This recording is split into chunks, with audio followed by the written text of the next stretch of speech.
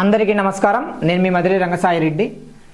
ఈరోజు భారతదేశంలో మహిళలకు ఆస్తి హక్కులు అనే విషయం అందరికీ తెలిసిందే. ఎందుకంటే గతంలో 2005 కంటే ముందు అంతకంటే ముందు కేవలం కొడుకులకే ఆస్తులను పంచివ్వడం, కుమార్తెలకు పెళ్లి చేశాం కదా, తన భర్త ఆస్తి వస్తుంది కదా, పుట్టింటి ఆస్తి ఎందుకు అని రకరకాల వాదనలు అయితే వినిపించారు.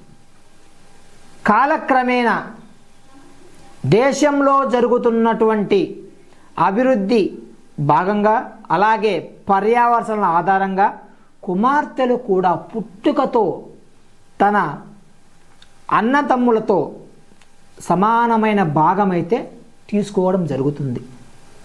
ఇక్కడ ఒక స్త్రీ తల్లిగా ఉన్నప్పుడు తన ఆస్తి హక్కు, దాన్ని మనము హిందూ వారసత్వ చట్టం 1956 ప్రకారం క్లాస్ 1 హెయిర్గా మనం తెలుపుకోవచ్చు.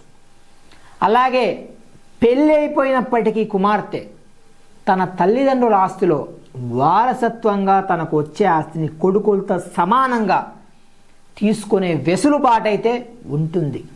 అట్లాగే వీలునామా రాయనప్పటికీ కూడా కుమార్తెలకు సమాన హక్కు అయితే ఉంటుంది.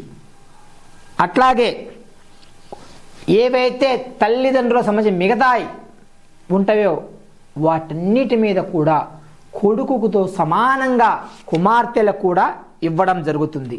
ఒకవేళ ఒక మహిళ విడాకులు తీసుకున్న, వితంతువైన లేదా విడిచిపెట్టబడిన ఆవిడకు నివాస హక్కు కూడా ఉంటుంది. అంటే ఆవిడకి ఇల్లు కూడా ఇవ్వాల్సిన పరిస్థితి అయితే ఉంటుంది.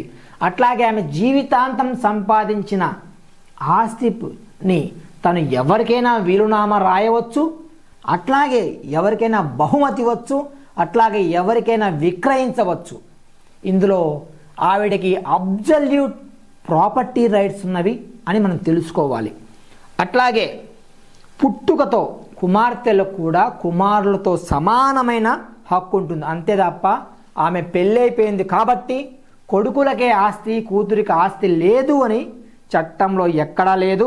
కాబట్టి కూతుర్లు కూడా సమాన వాటాదారులు అని తెలుసుకోవాల్సిన విషయం అయితే ఉంది. ధన్యవాదాలు.